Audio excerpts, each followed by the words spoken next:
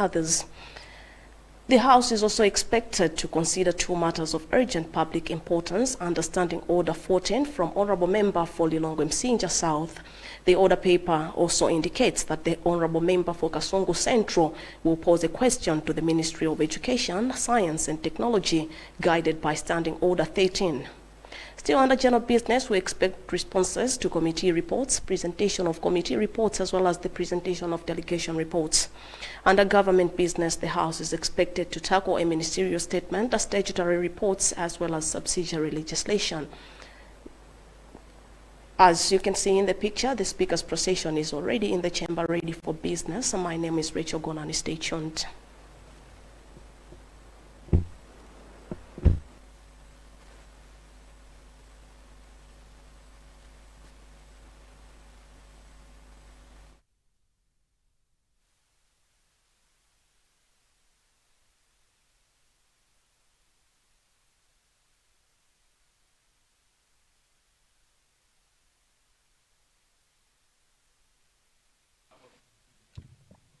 Shall we pray? Almighty God, who in your wisdom and goodness has appointed office of rulers and parliaments for the welfare of society and the just government of the people, we ask you to behold with your abundant favor us your servants, whom you have pleased to call to the performance of important trust in this land.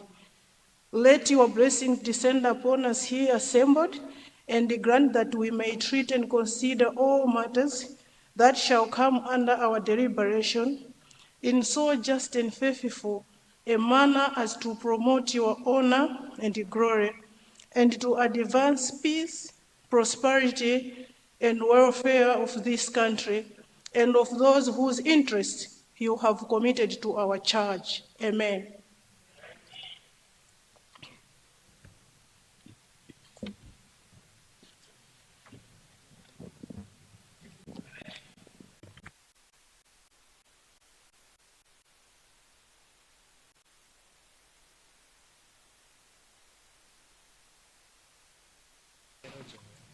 General business, communication from the chair.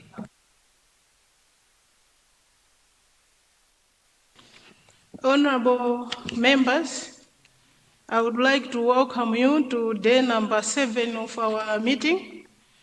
Currently, the office of the Speaker hasn't have any communication. We continue with business. Thank you. General business, item 2B, questions on notice to ministers for oral replies by the resolution of the House made on Monday, 13th July 2026. Honorable Leader of the House, guidance, please.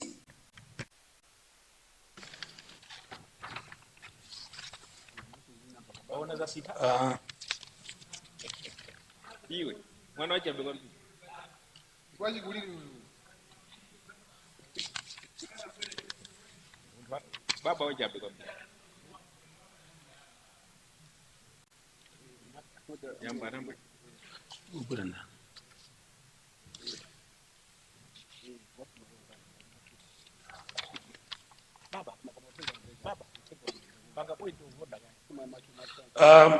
Madam Second Deputy Speaker, I beg to move that we start the day with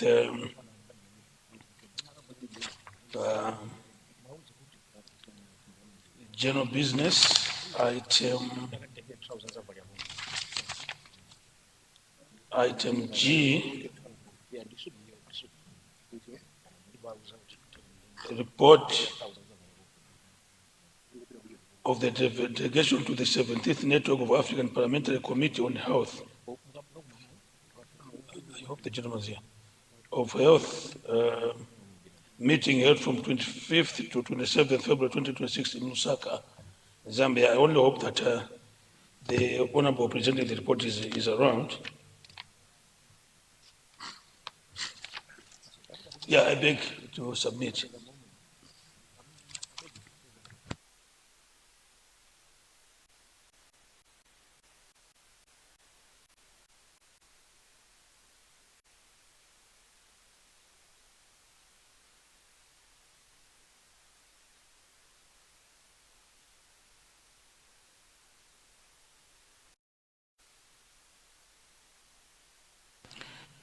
Honorable Member for Lilongwe Nyanja, you have a point of order. What has gone out of order?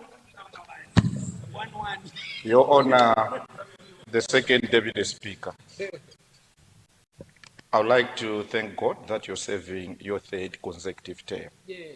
But on a very serious note, I would like to thank you and the Speaker and the Leader of the House for heeding to my noble call that we can respect one of the longest serving members of this House, the rising star, Honorable Dr. George Chaponda.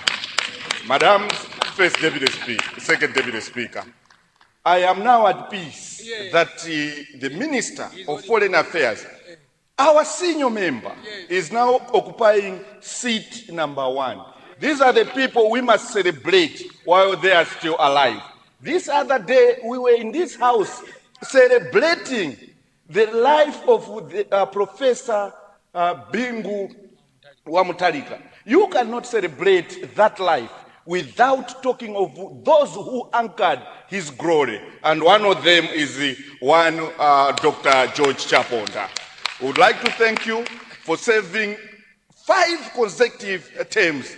Enjoy your seat, sir, while you're still alive. Thank you so much, Your Honor, First Deputy Speaker. Thank you so much, Honorable Member. I sustain the point of order. Thank you.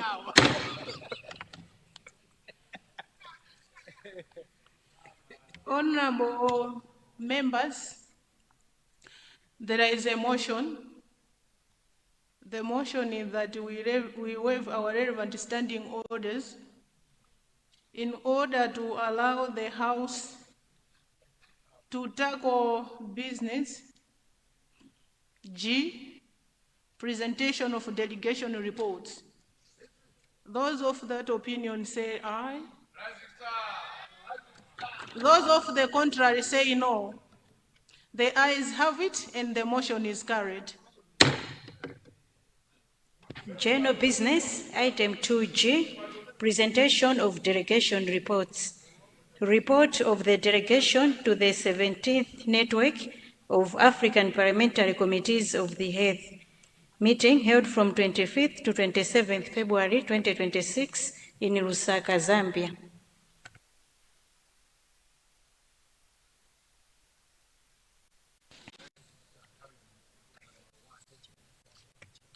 Okay.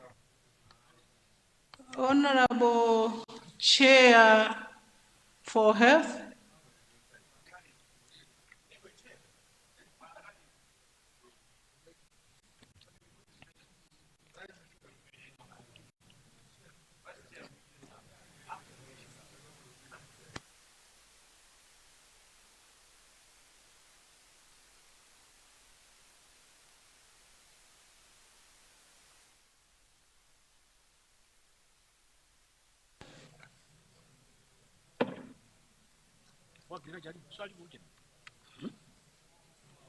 Honorable Leader, guide us, please. The Honorable Chair of Health Committee is on his way to this House. Thank you. Yeah, actually, Madam Second Deputy Speaker, I also wrongly moved the motion. Ordinarily, today we should be dealing with the committee reports. They are not delegation reports, and therefore, I would like us to reverse that motion and tackle the motion that we tackle business F, presentation of committee reports.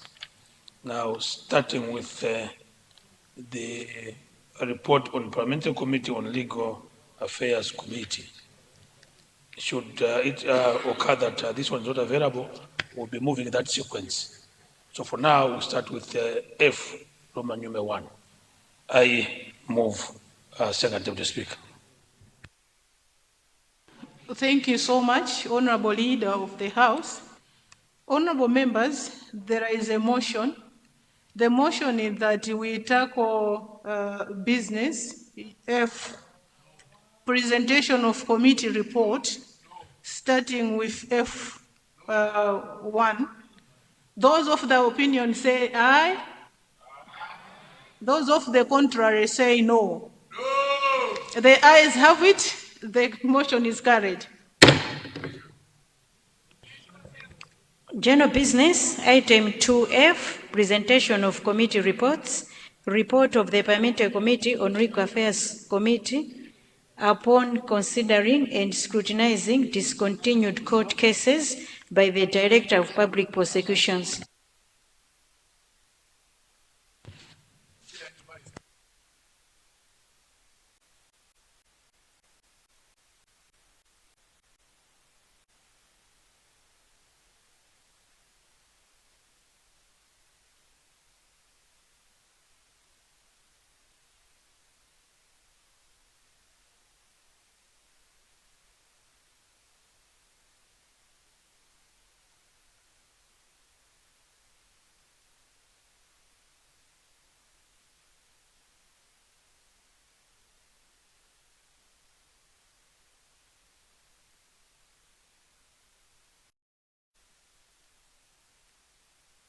Honorable Leader of the House.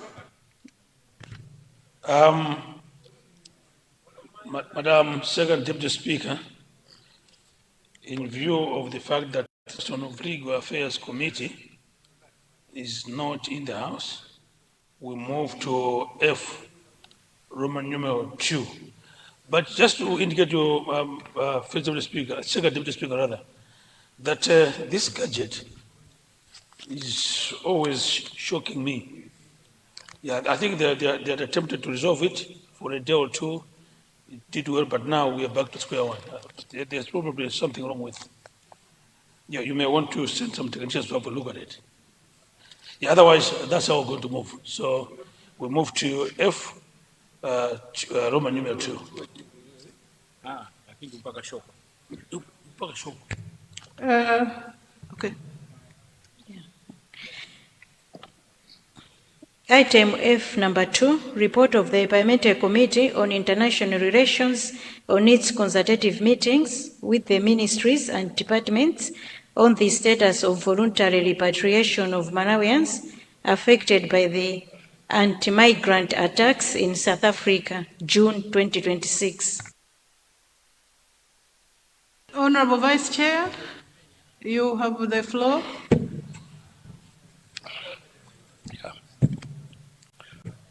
Madam Deputy Speaker, I beg to present the paper standing in my name under item 2F, numero 2. I beg to report. Thank you, Honorable Member. Sergeant at Arms.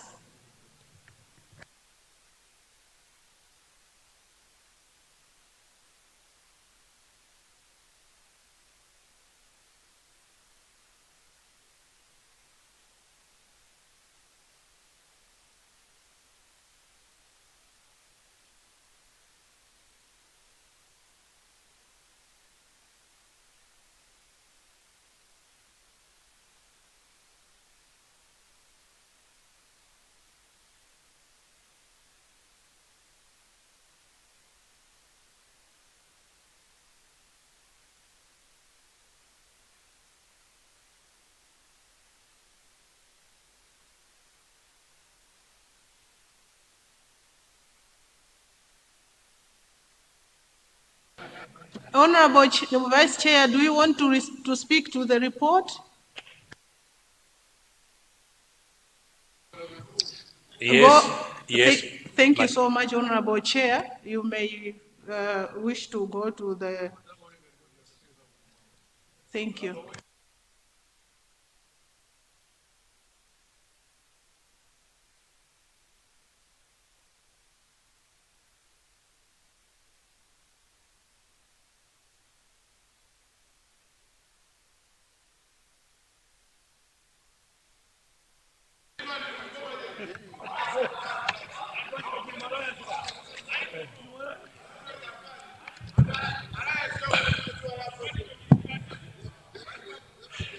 Madam Deputy Speaker, it gives me pleasure to stand before this august House to present a report of the Parliamentary Committee on International Relations on its consultative meetings with various ministries, departments, and agencies in June 2026.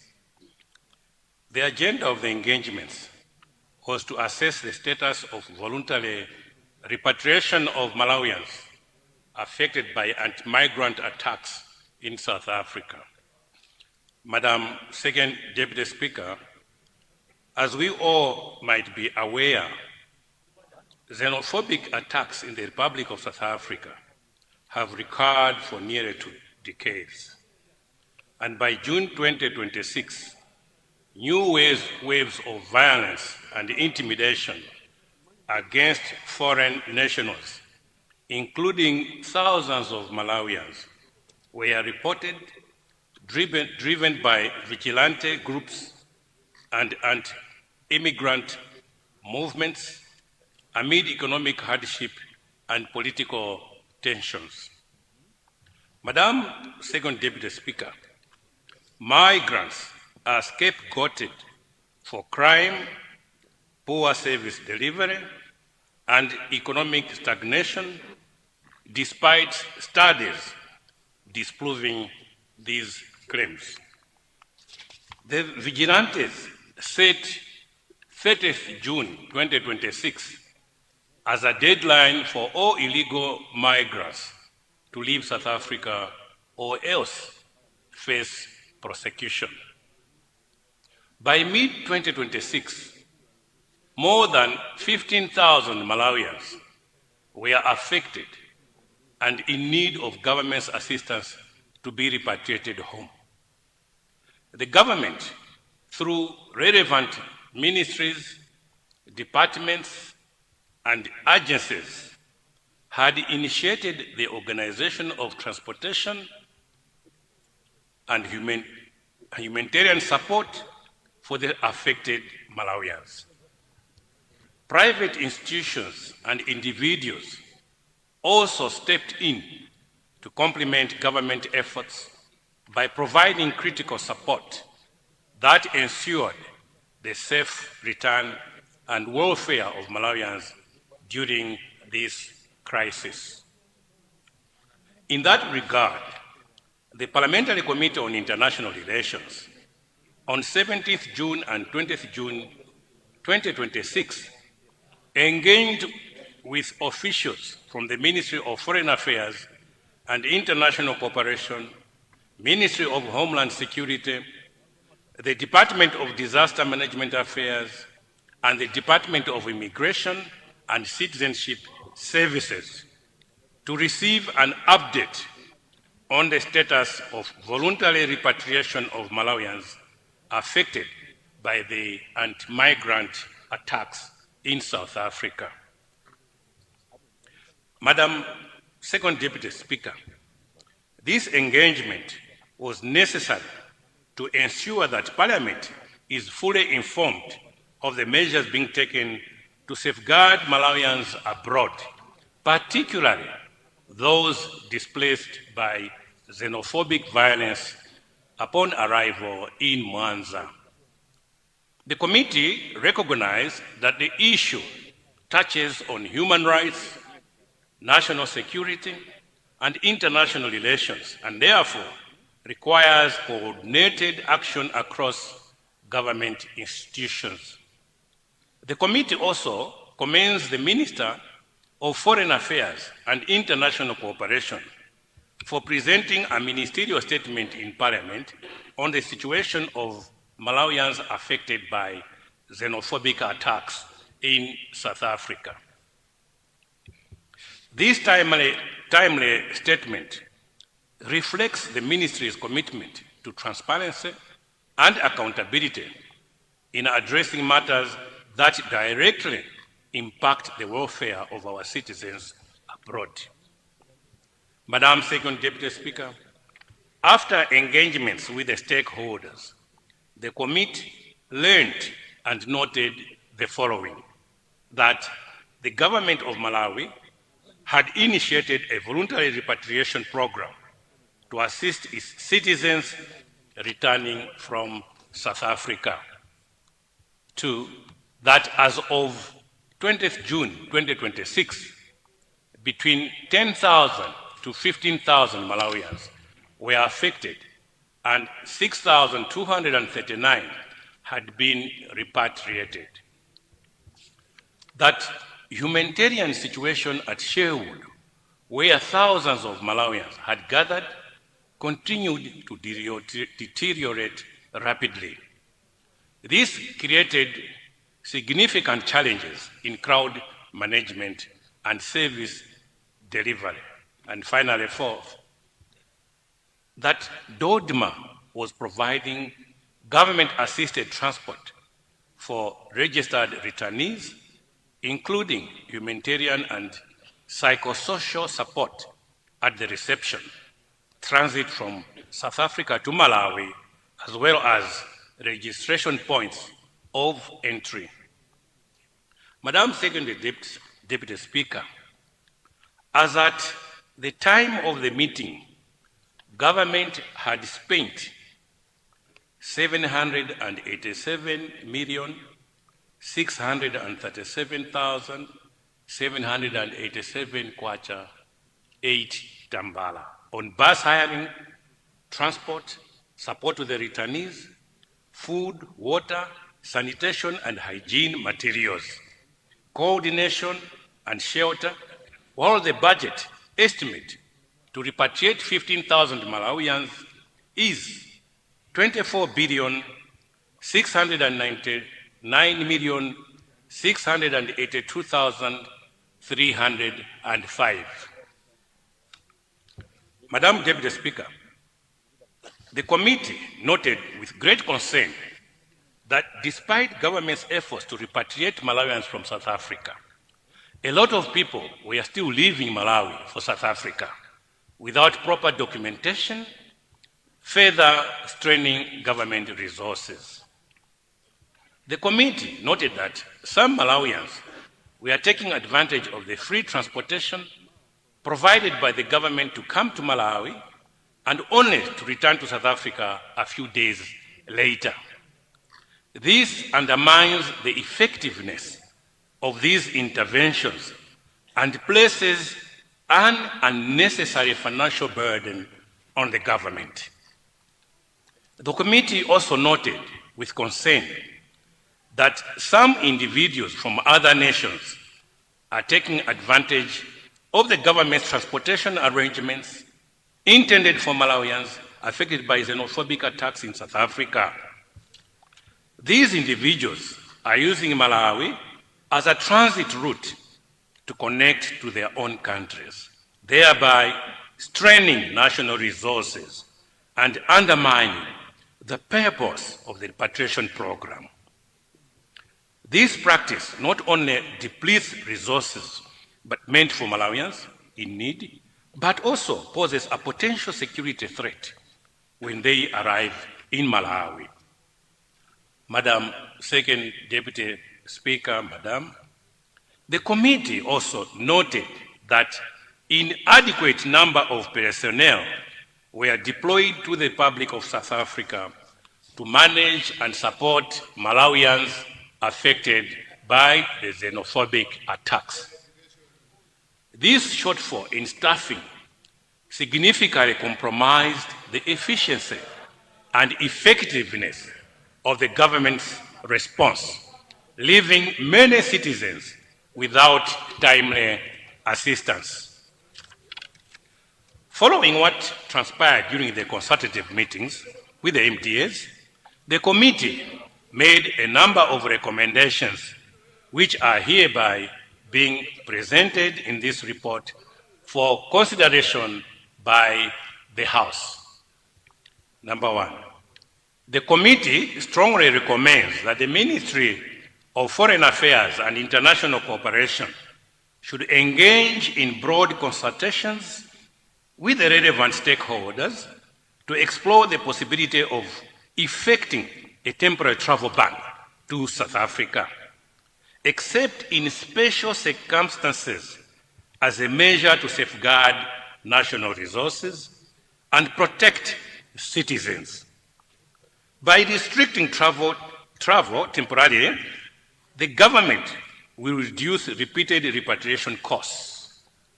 ensure that resources are directed towards genuine cases of need. Secondly, Treasury should allocate adequate resources for the repatriation exercise, which are estimated at 24 billion kwacha.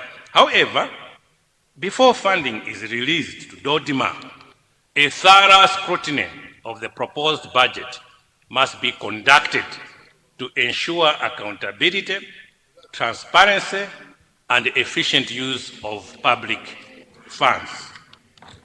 Thirdly, the Department of Immigration and Citizenship Services should ensure that border posts are to be tightened and strengthened to prevent illegal migration to South Africa and other countries. Enhanced monitoring and enforcement mechanisms will help reduce irregular movements and protect vulnerable citizens from exploitation. 4, in relation to the above, Madam Second Deputy Speaker, the Ministry of Homeland Security should fast-track the review of the outdated Immigration Act and Migration Policy. The revised frameworks should introduce stiffer penalties for illegal migration and human trafficking, thereby deterring unlawful practices, safeguarding national security. 5, the committee also emphasizes the need for stricter verification measures and enhanced coordination among relevant agencies to ensure that repatriation efforts are reserved exclusively for Malawians and conducted in a secure and accountable manner. 6, the government, through the Office of President and Cabinet, OPC, should spearhead the initiatives aimed at negotiating favorable bilateral labor export agreements with potential partners in the region and overseas. Such agreements would help ease high unemployment levels in Malawi by creating safe and legal pathways for Malawians to access employment opportunities abroad. 7, private institutions and individuals should continue work closely with government in supporting Malawians affected by anti-migrant attacks in South Africa through provision of transport and humanitarian assistance. This will ease the financial burden on public resources. And finally, number 8, Madam Second Deputy Speaker, Malawians traveling abroad are strongly urged to always ensure that they carry proper and valid documentation as passports, visas, and other required permits to help reduce vulnerability and harassment. In conclusion, Madam Second Deputy Speaker, the consultative meetings held by Parliamentary Committee on International Relations provided an in-depth understanding of the status of Malawians affected by xenophobic attacks in South Africa.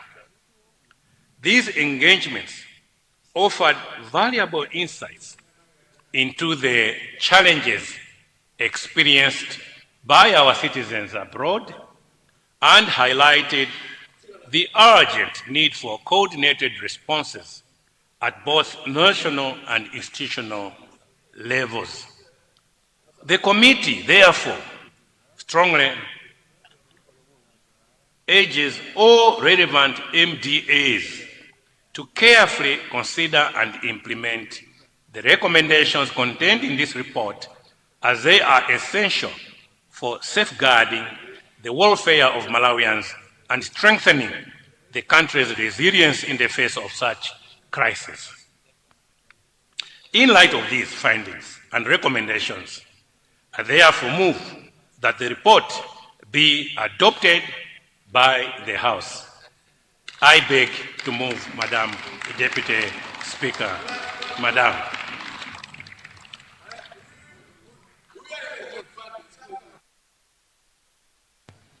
Thank you. Thank you so much, Honorable Vice Chair.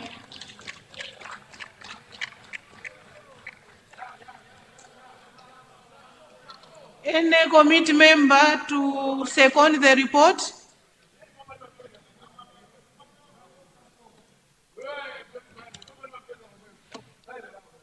Any committee member to second the report? Okay. Honorable member for Zomba Chingale, you have the floor. Thank you. Thank you so much, Madam Second Deputy Speaker. In addition to the concerns already highlighted by the Vice Chair of the committee wishes to bring to the attention of this Honorable House several further observations. The committee noted that reintegration support for repatriated Malawians remains inadequate. Many returnees face challenges in accessing housing, employment, and psychosocial assistance, which risks creating long-term social and economic vulnerabilities.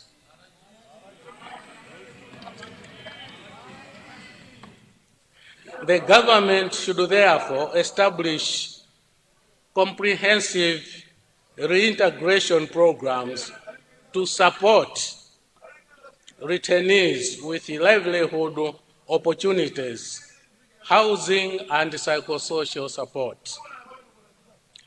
The committee also observed that public awareness campaigns on safe migration and the dangers of irregular travel are limited.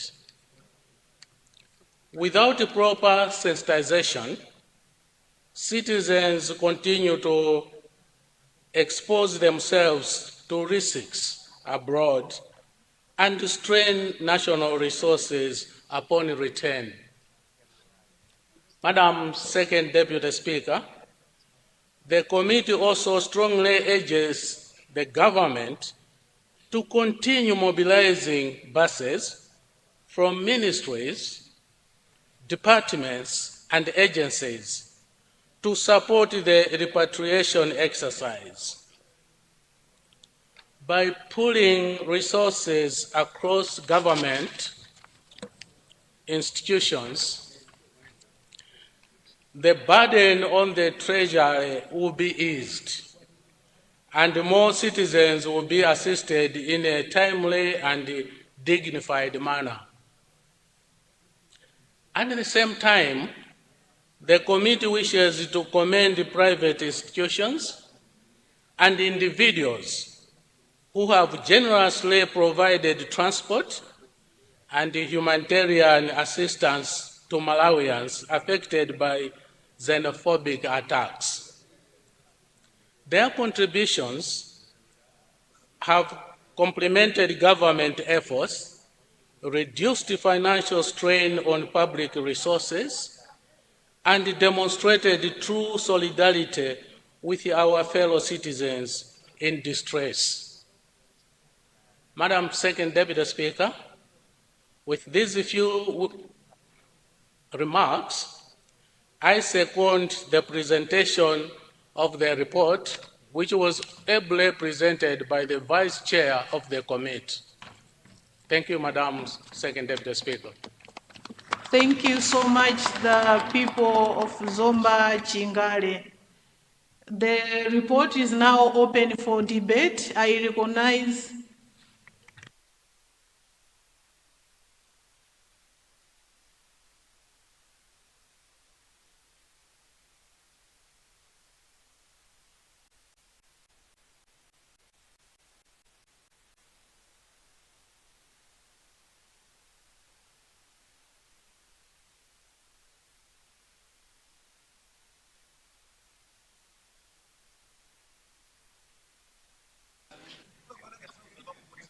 Thank you so much, honorable members. The report has been distributed to our gadgets. Honorable members, can I have order? The report has been distributed to our gadgets, and if you go to documents, you go to committee report, then you will find that there is a final report of the International Relations Committee. I now recognize takers. I've recognized the honorable member for Lilongwe Nyanja. The honorable member, you have 5 minutes. Thank you so much, Your Honor, Second Deputy Speaker, for recognizing the people of Lilongwe Nyanja to contribute to the issue revolving around xenophobic attacks and repatriation of citizens of this great nation from South Africa back home. It is something which is sad, but when all is said and done, we need to commend the people who expedited the process of ensuring that Malawians who were stuck are being brought home. Listening to the report, Your Honor, the Second Deputy Speaker, you will agree with the people of Lilongwe Nyanja that the chairperson indicated that about 24 billion was budgeted for this process of repatriation. Your Honor, the Second Deputy Speaker, when you were listening to the report, it was very clear that about 15,000 Malawians were targeted to be repatriated back home.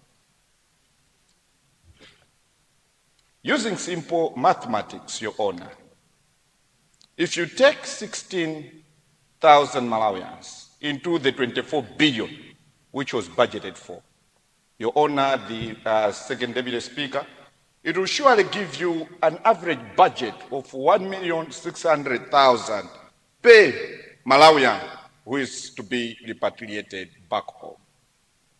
I want to draw your attention, Your Honor, First Deputy Speaker, Second Deputy Speaker, Madam, that when you're looking at the use of that money, the people of Lilongwe Nyanja constituency have deep felt belief that someone is not being honest in the way these things are being handled. Why? If you go by the buses that take transport people to South Africa and back, on one way, you'll find that Tsangano Logistics will charge 230,000 Malawi kwacha traveling to South Africa and back. If you look at Matuas, they will charge 250,000 Malawi kwacha. If you look at Ulem, they will charge at 250,000 kwacha. Now, if you look at one of the most expensive one, is in Gobeni, which is 280,000. Now, if you take at 1,600,000 per Malawian, according to the budget, because the budget, if you're looking at, I will not go. Madam Secretary Speaker, can I be protected from the deputy leader of the House? Can I hear the honorable member in silence, please? Honorable members from the government side, can I hear the honorable member in silence, please? Honorable Deputy Leader, can I hear the honorable member in silence, please? Thank you. Your Honor, the Second Deputy Speaker. If you're looking at, let me wind up, I'll give it. Honorable member, because it is allowed to have 2 points of orders, let me take the point of order from the leader, the Deputy Leader of the House. Honorable Deputy Leader, what has gone out of order?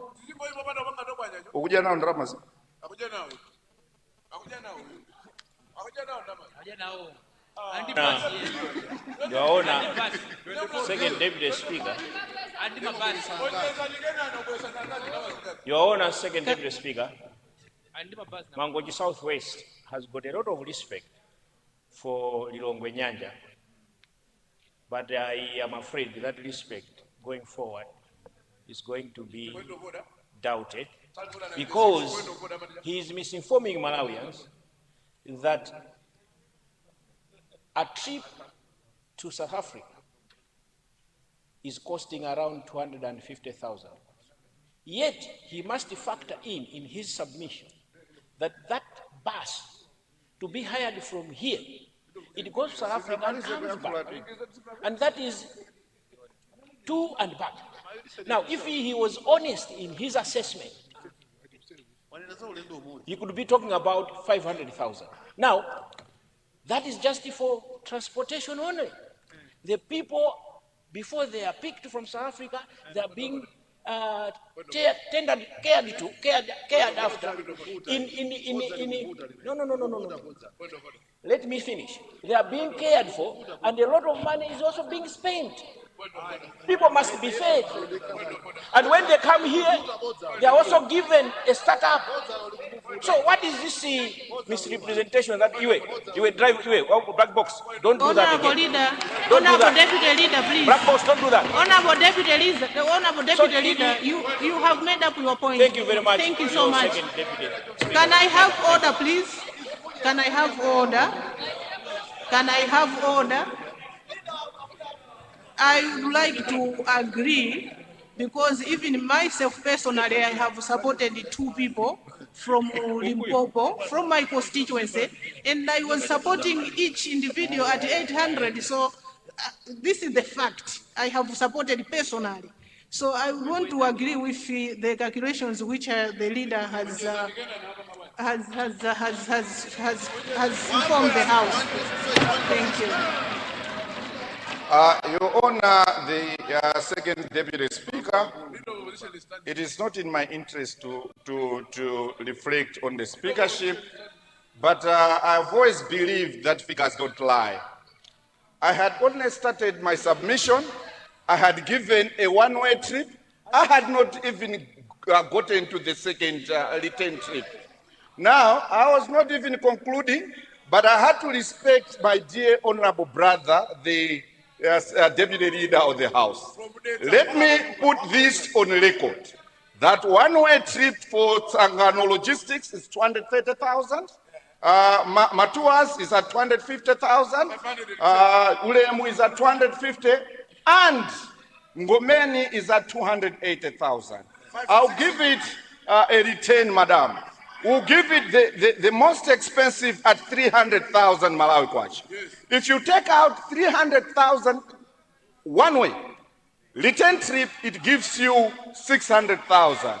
In that case, if you make calculations, it gives you, out of 1.6 million pay returning a citizen, it leaves you with 1 million kwacha. Who is getting that 1 million? Are we telling each other that logistics within South Africa, food and whatever, is costing 1 million, and 600,000 is costing transportation? If that is very expensive, if it is this expensive, Madam Deputy Speaker, the best was to fly these Malawians back home. Because a return ticket from Malawi to South Africa, within 2 hours you land in Malawi with 1.3 million return ticket using Malawian Airlines. So we are making decisions which are unacceptable. You are exposing women to long trips, and others have even given birth along the way, when you have the best option at hand to save better our dear women who are being repatriated from South Africa to here. My question, my simple and straightforward question, without having politics attached, but thinking of all those dear Malawians who are working in South Africa, they are being repatriated back home. Out of that budget, 24 billion against 15,000 people, and everyone being entitled to around 1.6 million Malawi kwacha. When a return flight within 2 hours, you can fly to Malawi and back. In that case, within a day, you can fly over 1,000 people.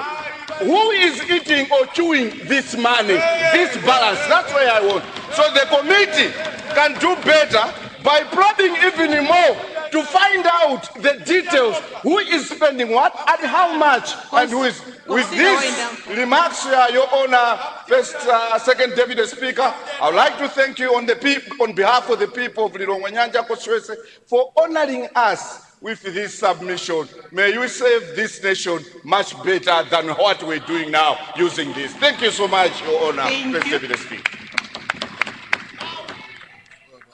Honorable Deputy Leader of the House.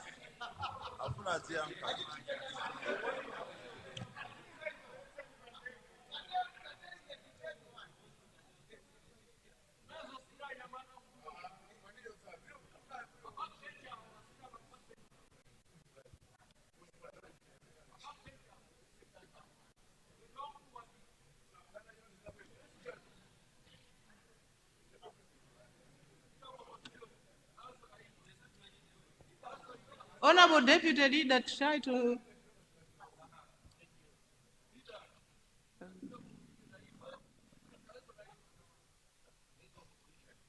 Oh, sorry. Try to place it again.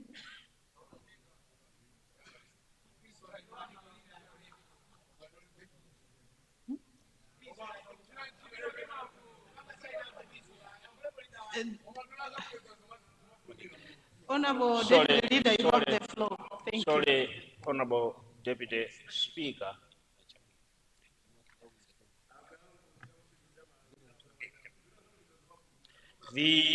I want to guide the honorable member who has just resumed his seat that this is a report from a committee,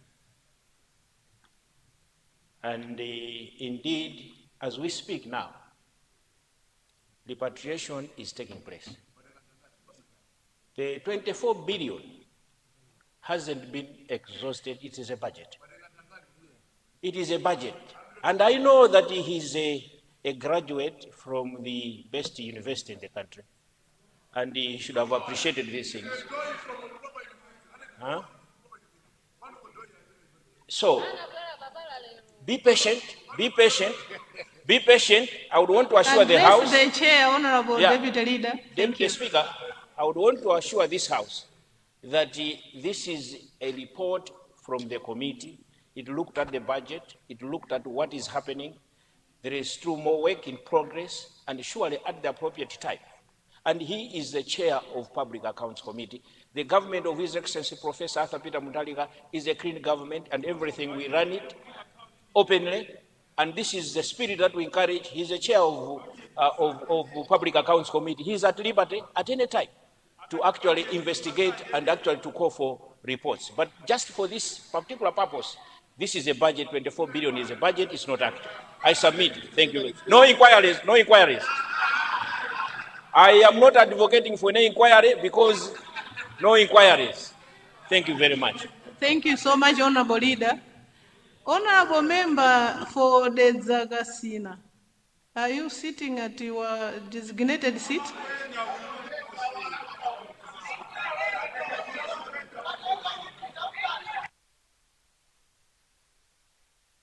I'm not giving you the floor, Honorable, but I'm just asking you to go back to your seat, because you will notice that the people in the front seat, they don't make noise. Front seat people, they don't make noise. Please, please. The chair has not been communicated that the Zagasina will be sitting on that seat up until we wait for that communication from the leader or the whip. It will be respected. I rule you out of order, Honorable Member for the Zagasina.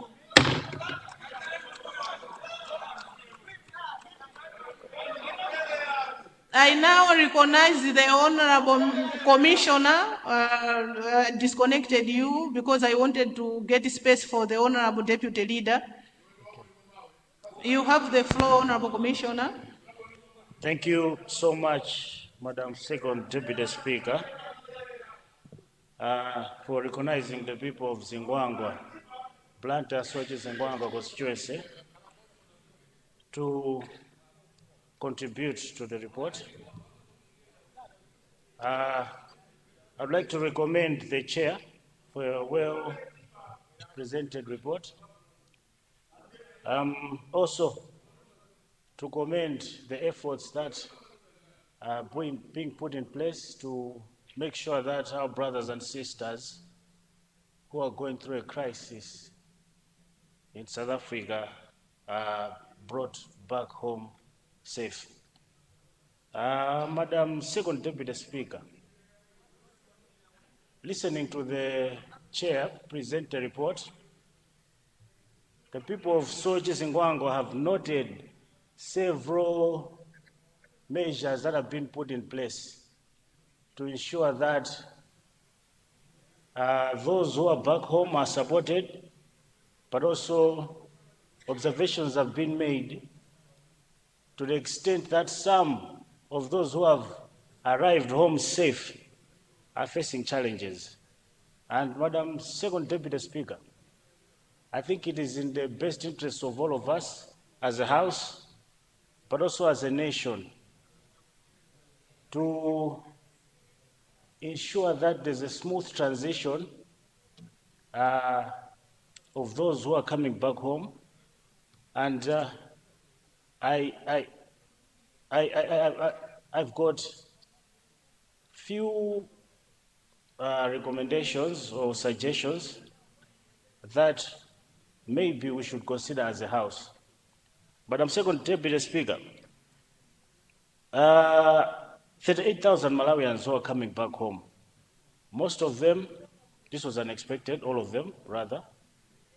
And according to MRA exemption regime for returning residents, for instance, if I'm not mistaken, it's CPC 430. It touches on returning citizens who have stayed abroad for a specified period of time. And when they have a motor vehicle coming back, they are allowed, if they meet the requirements, they are allowed to have their vehicles duty-free. Most of these Malawians who are coming back, Madam Second Deputy Speaker, they had businesses, some were working, some had property, significant property. The people of Sochi-Zingwango constituency would like to urge the Minister of Finance, to consider waiving some of the tax requirements that might be there for returning citizens who've got property. We have a task to ensure that some of these are supported to be independent. Some have got cars, 2 tons, some have got lorries, some have got property that they can liquidate when they are back home. Some have got property they can use to start something and, stand on their 2 feet. So this is something the Minister of Finance can also consider through MRI. Madam Second Deputy Speaker, thank you for giving the people of Sochi-Zingwango constituency a chance to comment on the committee report. Thank you. Thank you so much, Honorable Member, who is also our Commissioner. Before I recognize you, our former Vice President of this Republic, allow me to make 2 announcements.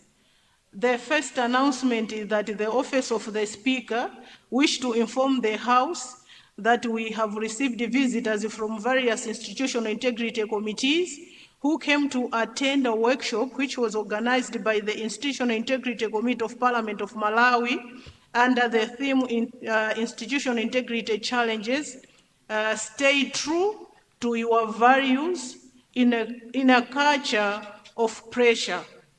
The representatives are from the following institution: Smallholder Farmers Fertilizer Revolving Fund of Malawi, Nzuzu University, Mberwa District Council, National Statistical Office, Malawi Police Services, Central Medical Stores, Lilongwe Water Board. The workshop was facilitated by Professor Chiwoza Bandawe.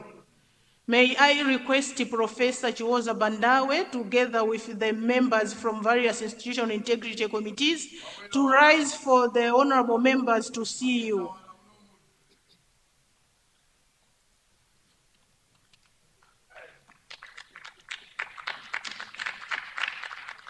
Thank you so much. Welcome to Parliament of Malawi, and thank you so much for coming to observe our deliberations. Thank you. The second announcement, honorable members, is that in the gallery we have students from Jampoyo Primary School. These are students from Nchisi Central East. May I ask our students from Jampoyo Primary School to rise so that your members of parliament should see you?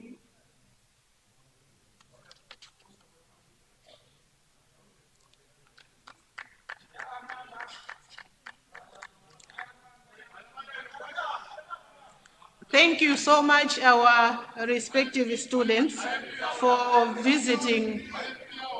The Honorable Lady MP from Nchisi Central East, would you please wave your students?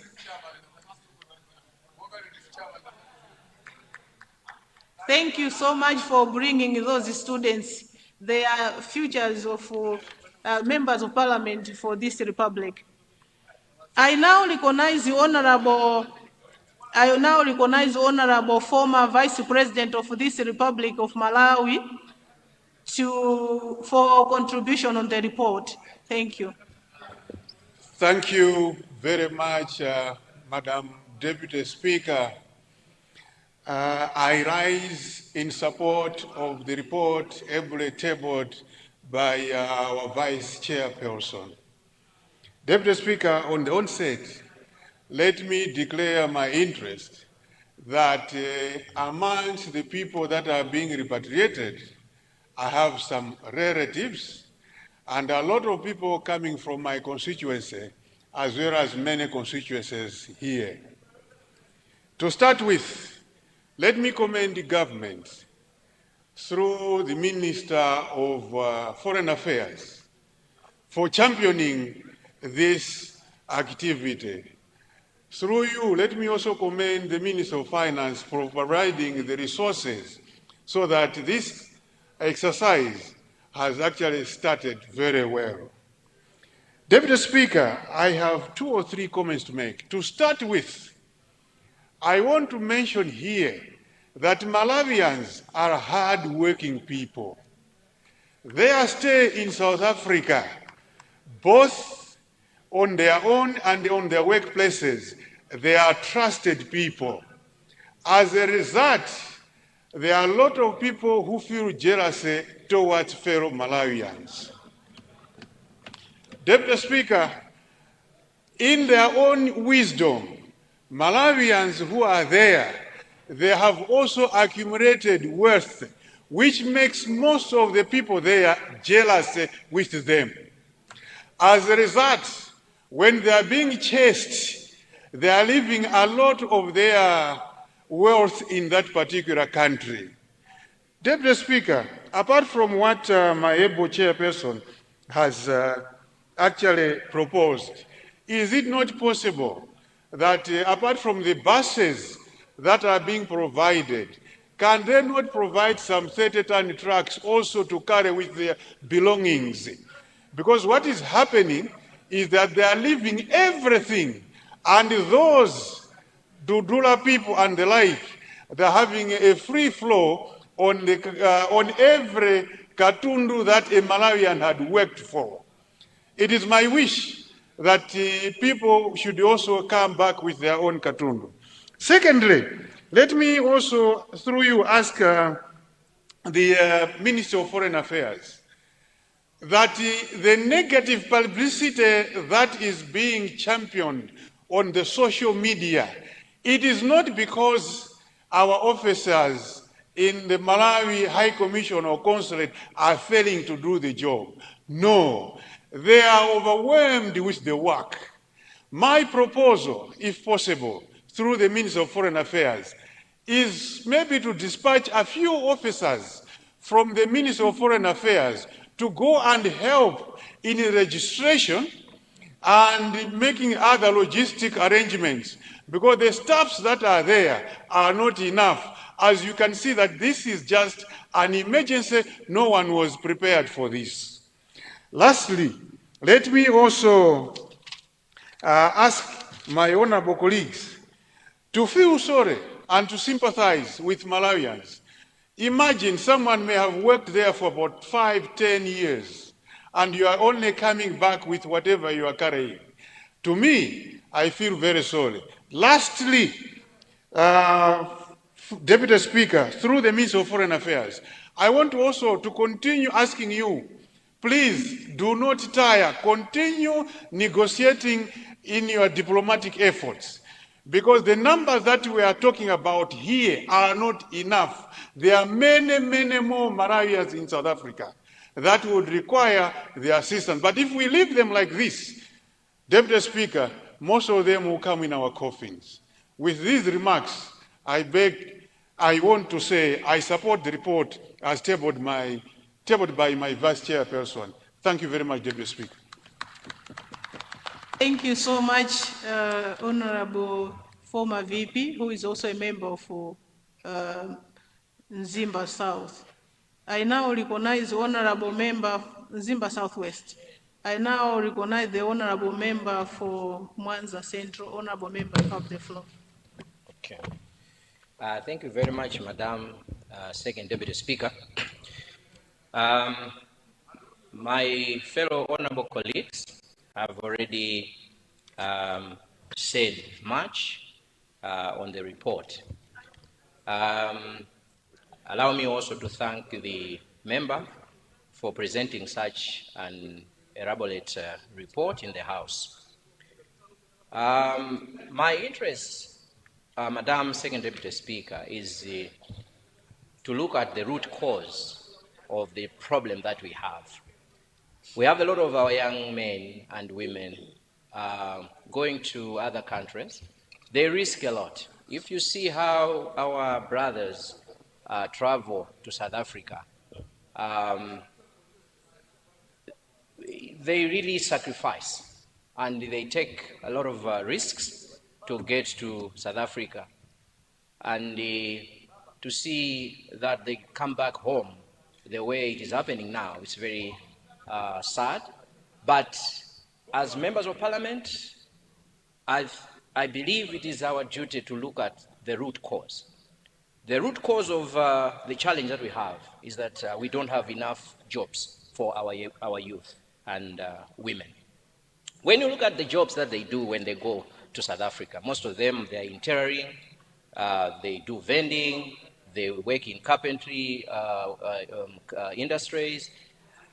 We can create those jobs here, but we need to collaborate as the members of this House, and government must also consider this issue as an emergency, because we are just dealing with a symptom. We'll repatriate them, they will be here, but when things settle, they will go back to South Africa. Next year, we'll be dealing with the same problem. I think as we are dealing with this issue now, it is high time we consider creation of jobs as a priority. Therefore, on behalf of Mwanza Central and my party, UTM, I want to request government to sit, consider this issue as an emergency, and find a way on how we can create jobs for our young people in this country. With these few remarks, Madam Second Deputy Speaker, I thank you for giving Mwanza Central an opportunity to put weight on this issue. Thank you. Thank you so much. Honorable Leader of the House, you are standing. Yes, I would like to beg that the debate on the report be curtailed in order for the chairperson of the committee to wind up. I beg to move. Honorable members, there is a motion. The motion is to curtail the debate, to allow the honorable chairperson to wind up debate. Those of the opinion say aye. Those of the contrary say no. The ayes have it and the motion has been carried. Honorable Chair.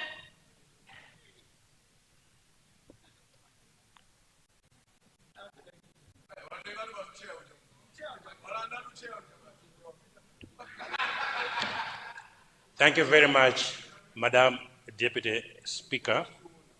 And through you, let me thank all honorable members that have contributed through their debate on this report.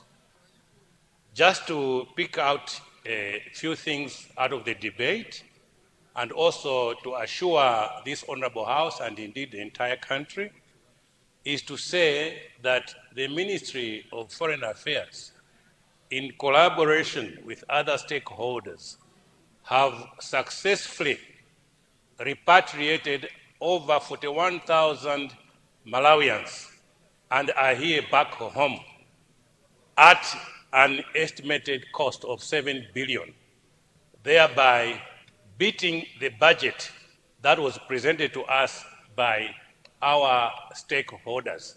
Therefore, I want to assure Honorable Member for the Zakasina that the government has beat its own budget by making sure that more Malawians do come back home at a very manageable budget.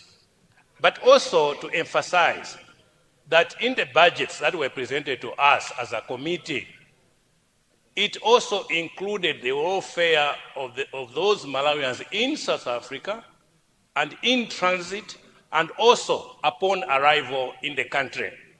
Therefore, the argument that it was not cost effective does not hold any water.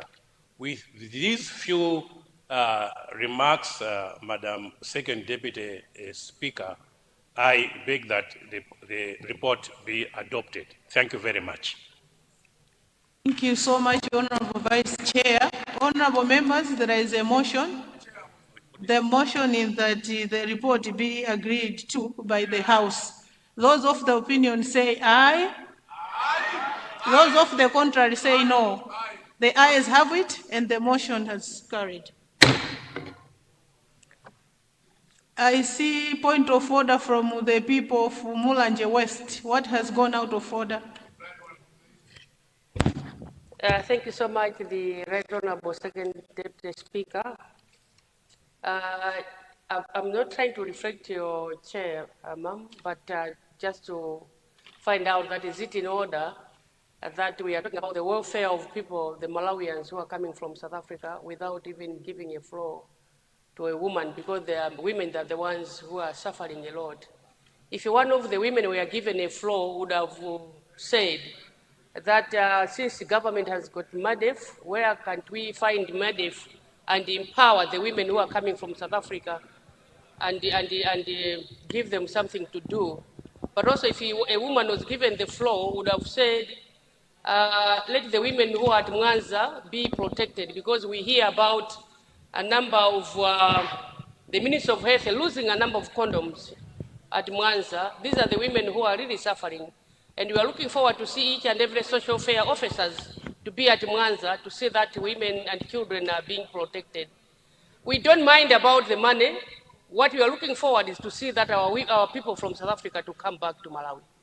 And we are looking forward, if one of the women was given a floor, is to ask the Minister of Foreign Affairs and the Minister of Homeland and the the AU and the also United Nations to come in for lining up for the solidarity and the unity of these nations. We cannot be with diplomatic ties and see that our people, diplomatic ties are above here, and the people down there are suffering. That cannot be on. So if some of these, the Minister of Foreign Affairs, Minister of Security, and the security arm under the African Union to come in and help and see that the women are being protected. Thanks so much, the Right Honorable Deputy Speaker. Thank you so much, Honorable Member for Mulanje West.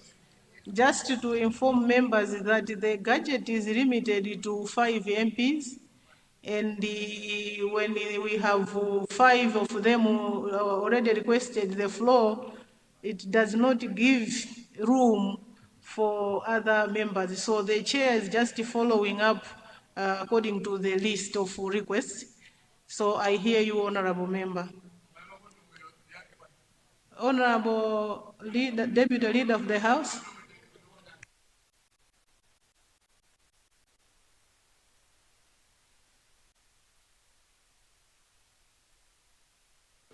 Thank you very much, Madam Second Deputy Speaker. I would like to move the House that we now tackle item F, Roman numeral V, which is 5, presentation of committee reports, and specifically this report is report of the Parliamentary Committee on Education, Science and Technology on their engagement with public universities in the country.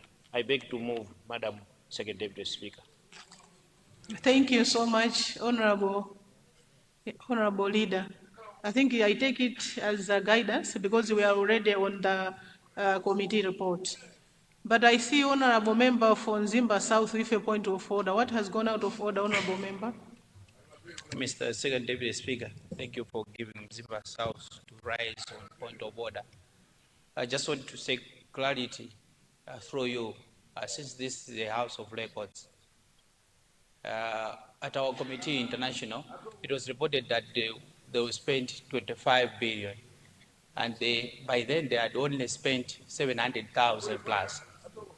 So I heard my chairperson, my vice chairperson saying government has spent 7 billion, which as a committee we didn't have that figure, and we had agreed that we will meet them again. So I wanted to find out, since this is a House of Record, where the 7 billion is coming from, so that I should be clear on that one. When he was finalizing, he mentioned the figure of 7 billion. Member for Nzimba South, we have already passed on that issue, so we cannot go back and start. No, we are not going back. If you are a member of the International Relations Committee. I'm talking about the records, because the records will show 7 billion, which the vice chairperson has mentioned. That's where I'm worried to say, why should our records depict 7 billion when actually it is 700 million which they had spent at that particular time? Thank you, Mr. Deputy Speaker. I just want our records to be correct. If the government has spent 7 billion, it means our committee doesn't know that. So I wanted the records to be straight. Thank you so much, Madam Second Deputy Speaker. Thank you so much, Honorable Member. I still reserve my ruling because the issue has already been disposed of. I thank you.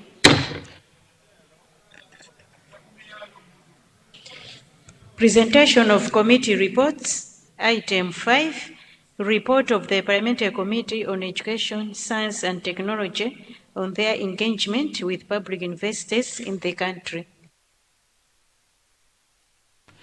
Honorable Chair of Education.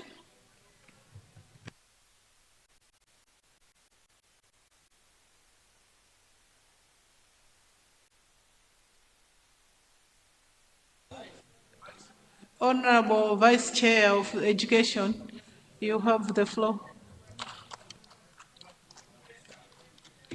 Madam Second Deputy Speaker, I beg to present the paper standing in my name under item 2F5 of the order paper. Sergeant at Arms. Professor.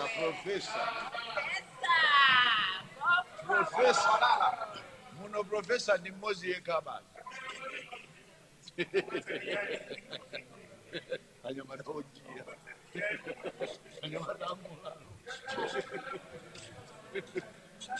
Prof, jebwe ba. Tiki Professor kuno.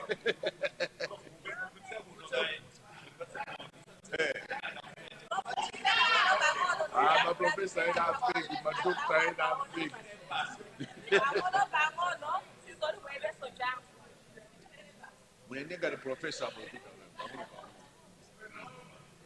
Thank you. Honorable Vice Chair, do you wish to speak to the report?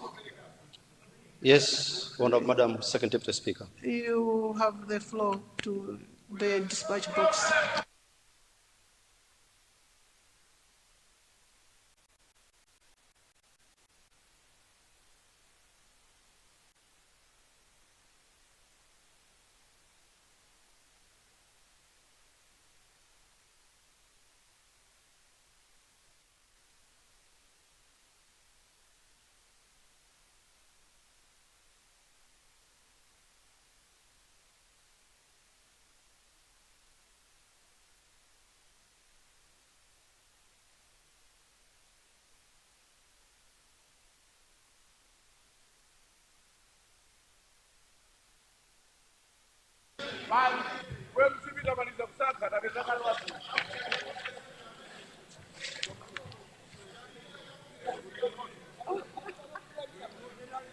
Madam Second Deputy Speaker, it is a great honor for me to stand before this honorable House to present a report by your Committee on Education, Science and Technology upon assessing the status of public universities in Malawi and evaluate their performance in delivering high-quality education.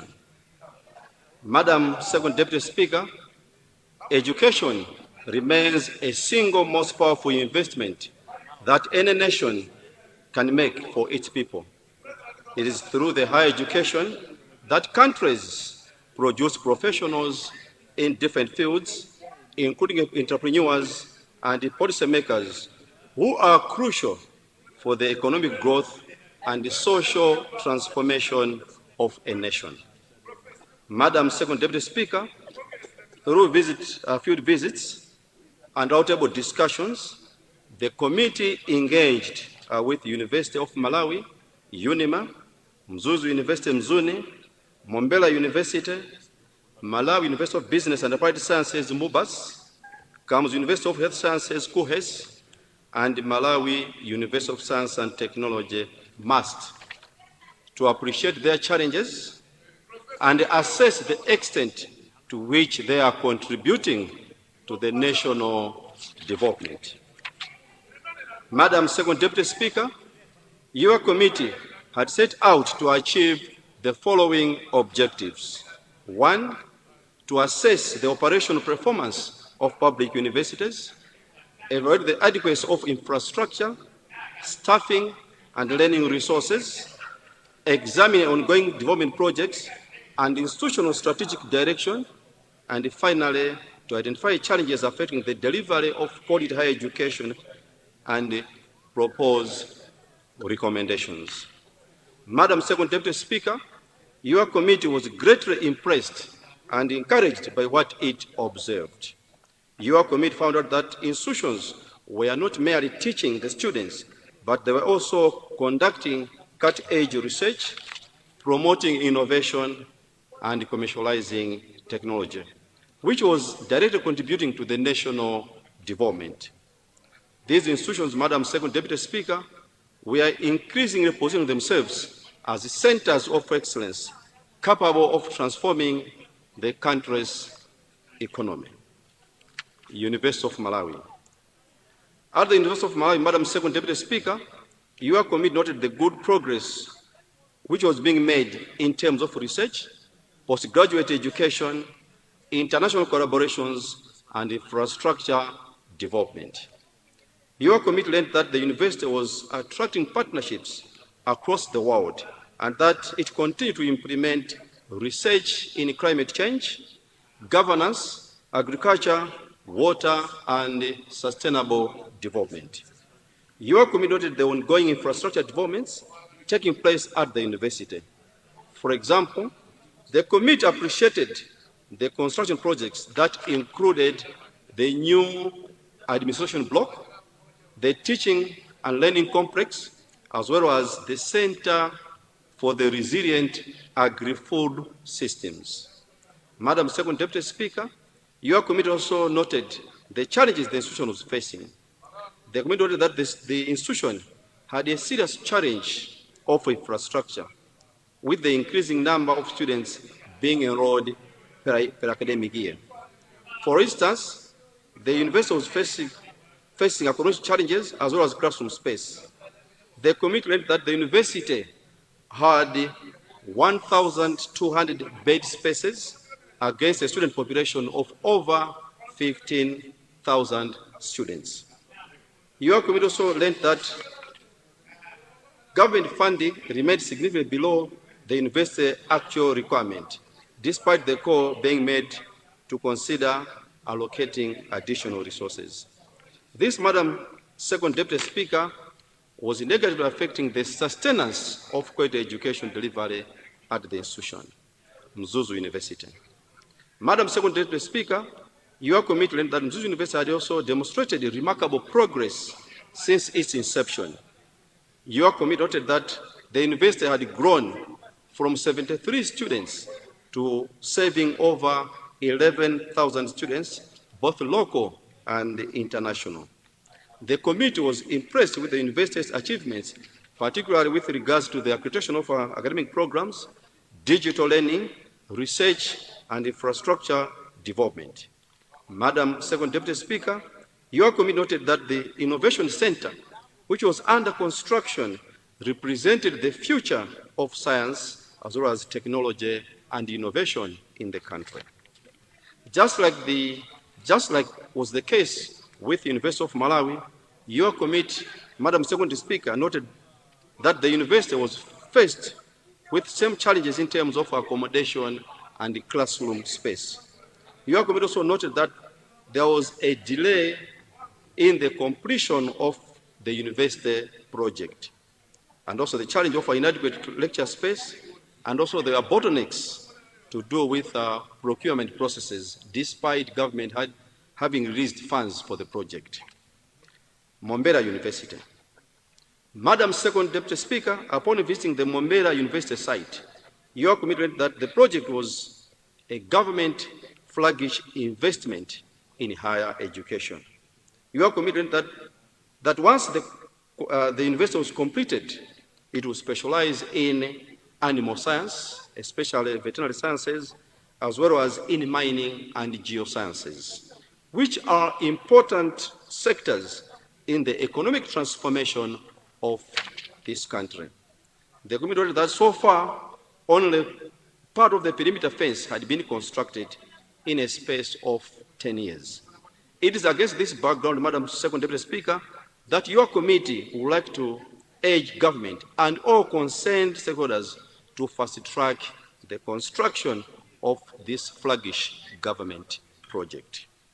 Malawi University of Business and Applied Sciences. Madam Second Deputy Speaker, your committee, upon visiting the institution, was impressed by the university's practical approach to innovation.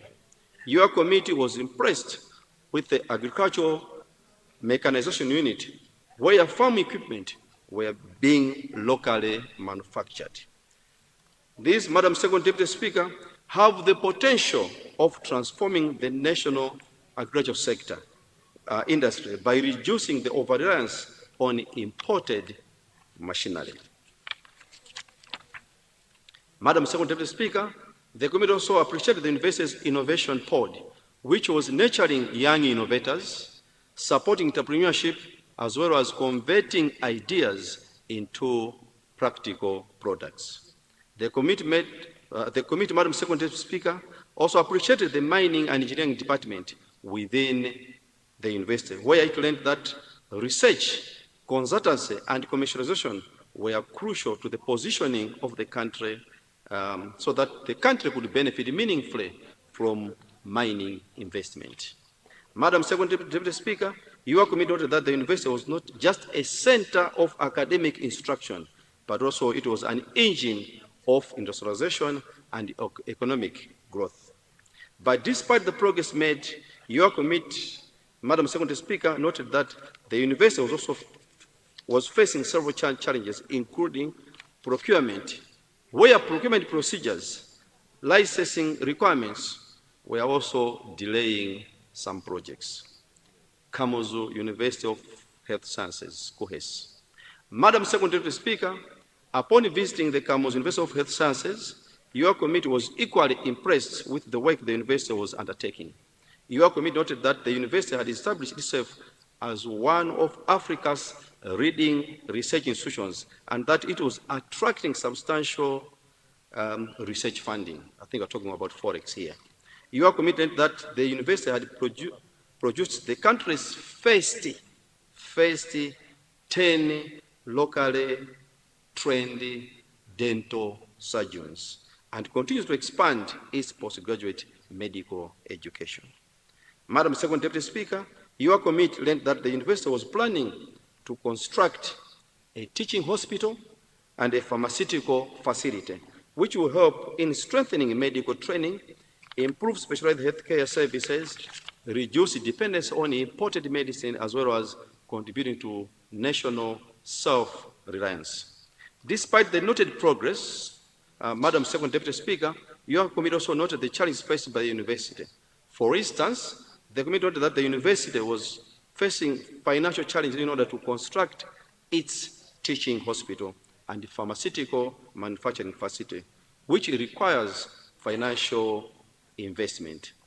These projects, once completed, Madam Second Deputy Speaker, will transform the country's healthcare delivery.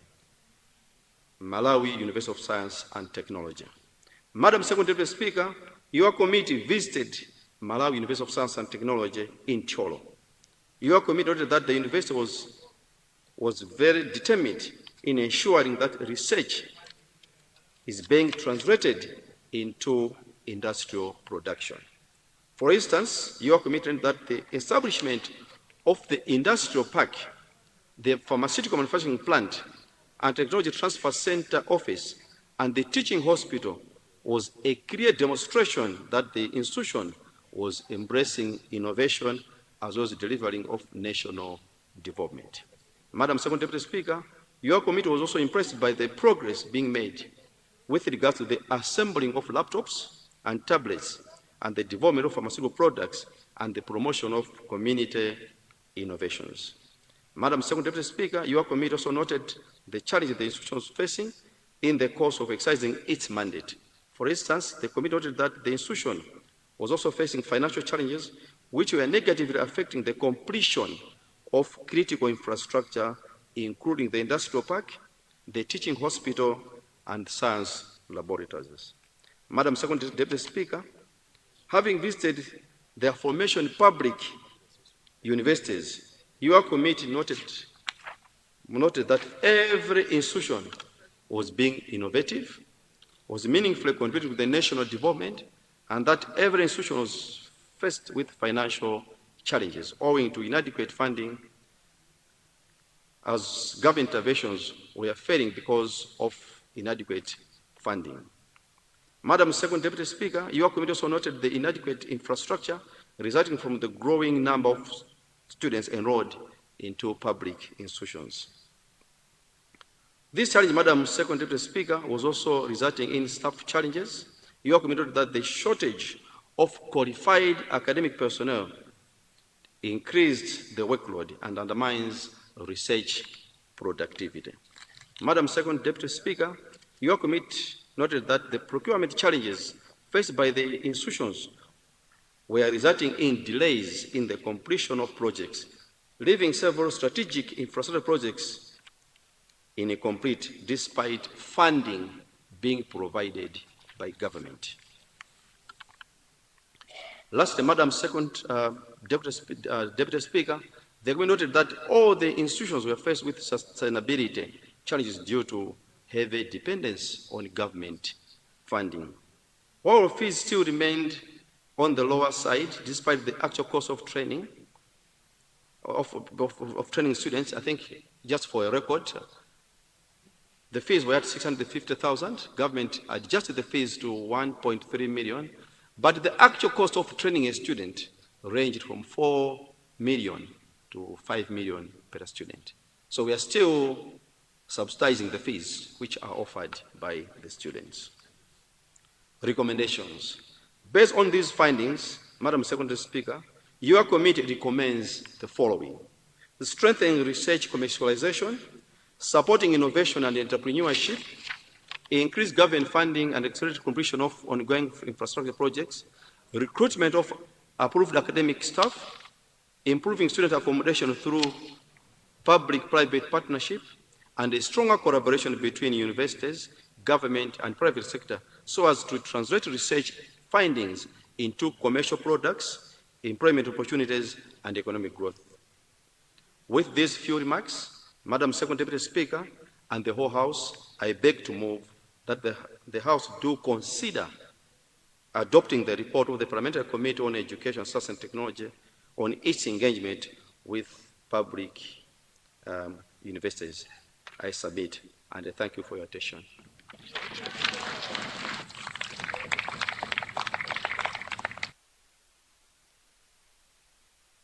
Thank you so much, Honorable Vice Chair of Education Committee. Any committee member to second the report? I now recognize the honorable member for Chikwawa East. You have the floor, honorable. Madam Second Deputy Speaker, it is a great honor for me to stand before this honorable House to second a report by your Parliamentary Committee on Education, Science and Technology upon assessing the status of public universities in Malawi to evaluate their performance in delivering quality education as ably presented by the Honorable Vice Chairperson. Madam Second Deputy Speaker, education is not a partisan issue. It is a national issue, as young men and women studying in our different universities come from our different constituencies. The decisions we make today in this honorable House, Madam Second Deputy Speaker, regarding higher education will shape the future of this country, even for the generations to come. It is for this reason, Madam Second Deputy Speaker, that I respectfully call on this honorable House to support the adoption of this report and, more importantly, to support the implementation of its recommendations. Madam Second Deputy Speaker, the recommendations by your committee are practical. They are simply calling for increased investments, improved governance, stronger research and innovation, and better infrastructure. They are also calling for partnerships that will enable our investors to contribute more effectively to national development. Madam Second Deputy Speaker, as I conclude, I call upon this honorable House to remember that the students being trained in these universities will treat tomorrow in the different hospitals across the country. There will be engineers who will build our roads and offices. And yes, some will teach our children. Therefore, let us bear in mind that the decisions that we are making today will affect us tomorrow in one way or the other. With these few remarks, Madam Second Deputy Speaker and the whole House, I second the adoption of the report, including its recommendations, by the whole House. I submit and I thank you all for your attention. Thank you. Thank you so much, Honorable Member for Chikwawa East, for seconding the report. Honorable Members, it's now 15:30. I now suspend the House to 16 hours for a health break. House suspended.